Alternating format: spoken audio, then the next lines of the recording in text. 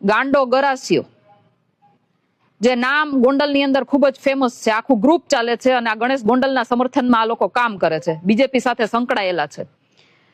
ગાંડો ગરાસિયો, નીચે એને લખ્યું છે એના બાયોમાં, સારી ઉંમર નિકલ ગઈ इसी खेल में, 2 दिन બહાર 4 दिन જેલ में.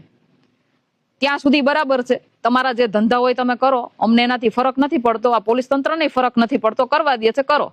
પરંતુ એના પછી એને લખ્યું છે ક્ષત્રાવટ. અરે ભાઈ, ક્ષત્રિય કોને કહેવાય ખબર પડે છે? ક્ષત્રિય ધર્મ એવો હોય કે જે બધાની રક્ષા કરે. આ છાના મના કોઈ બેનું દીકરીઓને મોર કરી અને કોઈ બીજી બેનું દીકરી ઉપર હમલા કરાવવાના પ્રયત્નો ન કરે, એવા નીચ કામ ન કરે.